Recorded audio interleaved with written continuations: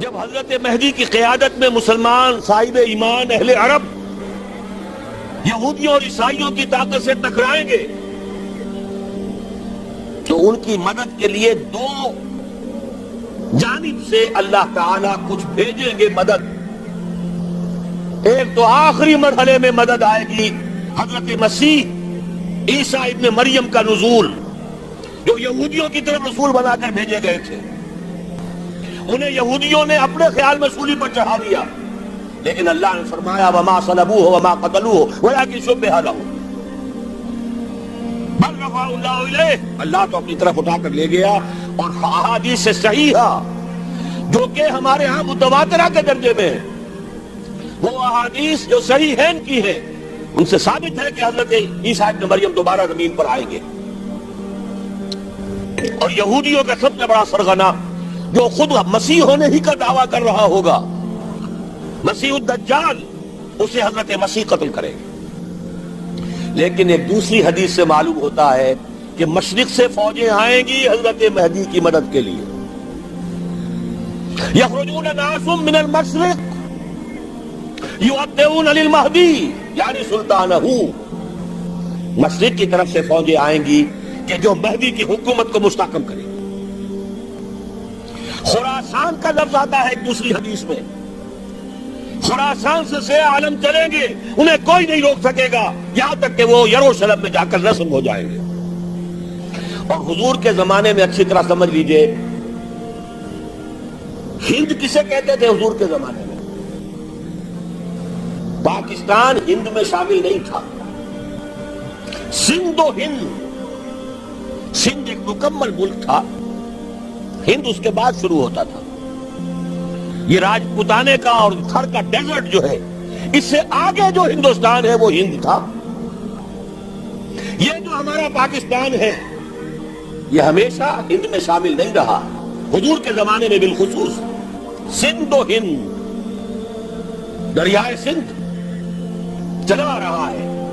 یہ ساری ٹریبیوٹریز جو پنجاب کے اندر اس کی ہیں، یہ سب ایک علیحدہ ملک ہے جو اس زمانے میں سندھ کہلاتا تھا. اور نمبر 2 یاد کیجئے، اس زمانے میں خراسان ایک علاقہ تھا جس میں موجودہ افغانستان کا 2/3، تھوڑا سا حصہ ایران کا، اور جہاں تک میں تحقیق کر سکا ہوں آج تک پاکستان کا بھی علاقہ، خاص طور پر مالاکنڈ ڈویژن جو اس خراسان میں شامل ہے. خراسان سے سہ عالم چلیں گے جو جا کر یروشلم میں نصب ہوں گے. یہاں بھی ایک نقطہ نوٹ کر لیجئے، پہلے بھی یروشلم ہم سے چھینا تھا. کس نے چھینا تھا؟ عیسائیوں نے، کروسیڈرز. واپس کون لیا؟ کس نے لیا؟ عربوں میں دم نہیں تھا، عرب عیاشیوں کی وجہ سے کھوکھلے ہو چکے تھے. واپس لینے والا صلاح الدین ایوبی، کرد خون. اب دوبارہ یروشلم لیا جا چکا. چھینا کن سے گیا؟ عربوں سے. عرب واپس لے سکتے ہیں؟ کوئی اندیشہ اگر ہو سکتا تھا عراق کے بارے میں کہ شاید اس کے ایٹمک دانت نکل آئے، جو سازش کی گئی، جس طرح اس احمق اور پاگل صدام حسین کو دام میں پھنسایا گیا.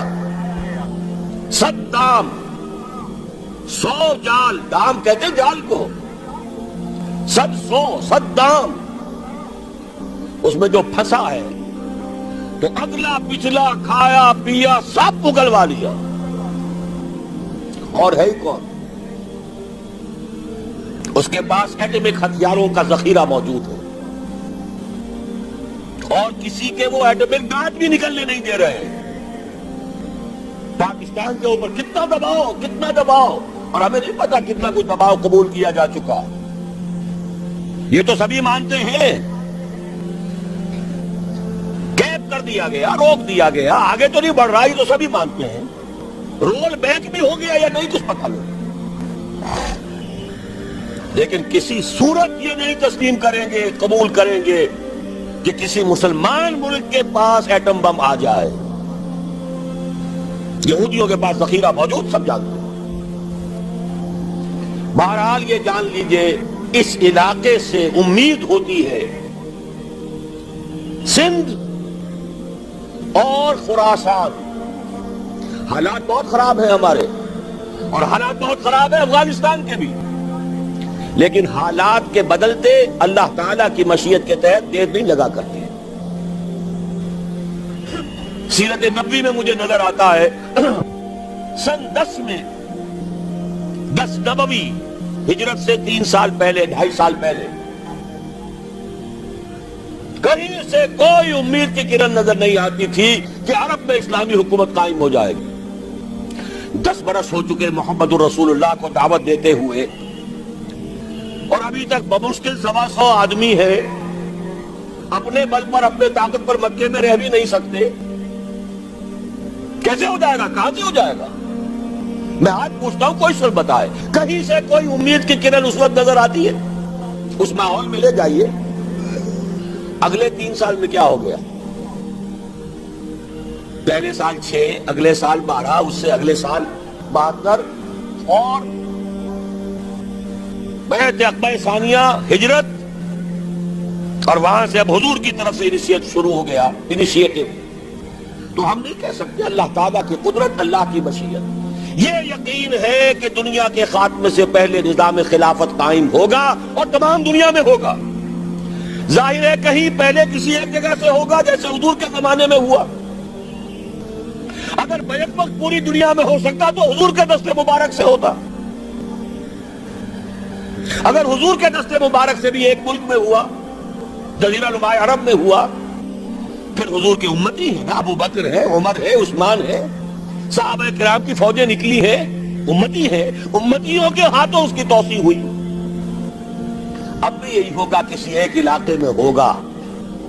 میرا گمان ہے, میں یہ یقین سے نہیں کہہ سکتا. گمان بھی میرا ان احادیث کی روشنی میں ہے جو میں نے آپ کو بتا دی اور موجود ہے اس کتاب کے اندر. علامہ اقبال نے بھی انہی کے حوالے سے کہیں کہا ہے, میرے عرب کو آئی ٹھنڈی ہوا جہاں سے, میرا وطن وہی ہے, میرا وطن وہی ہے.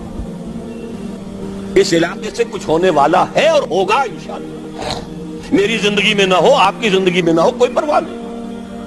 حضرت حمزہ تو شہید ہو گئے غزوہ احد میں.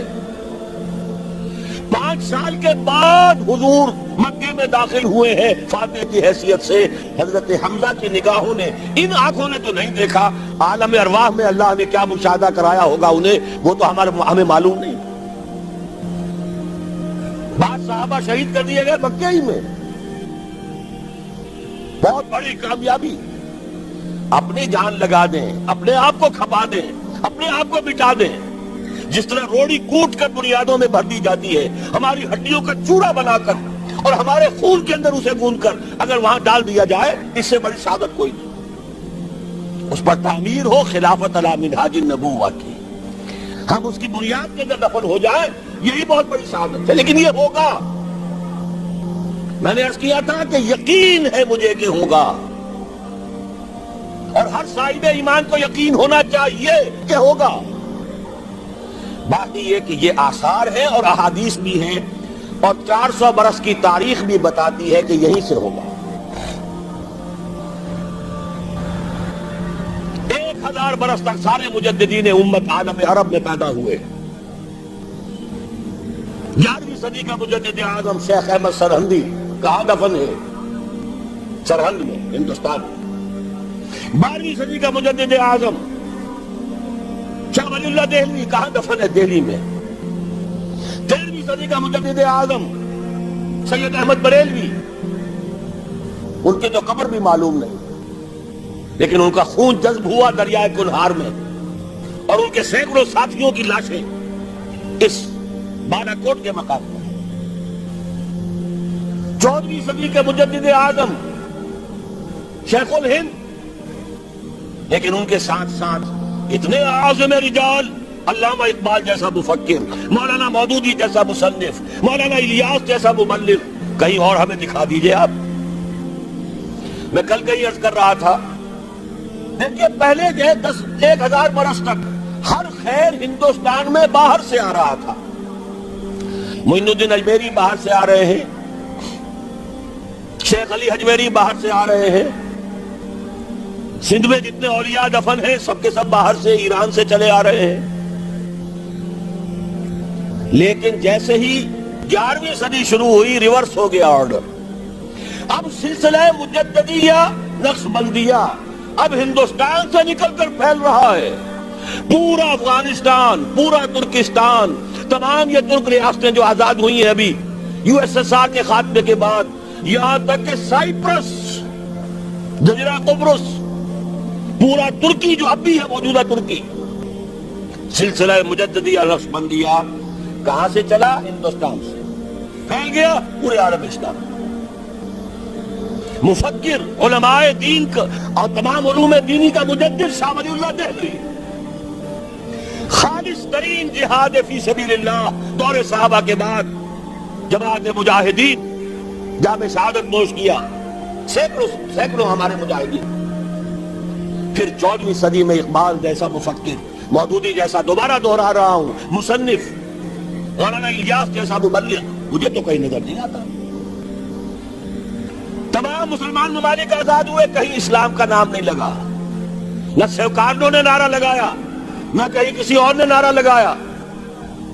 عربوں نے بھی عرب نیشنلزم کا نعرہ لگایا، اسلام کا نعرہ نہیں. تحریک پاکستان نے نعرہ لگا، پاکستان کا مطلب کیا؟ لا الہ الا اللہ. صبح عرض کر چکا ہوں تحریک خلافت پوری دنیا میں کہیں نہیں، صرف بر عظیم پاک و ہند میں. اور کیسی تحریک خلافت کہ ہندو شریک ہوئے، گاندھی شامل ہوا،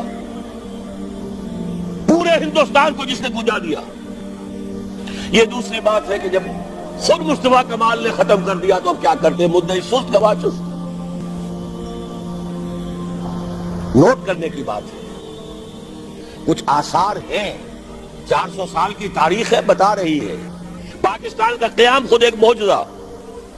یہ ساری چیزیں مشیت ایزدی میں کسی بڑے خیر کا پیش خیمہ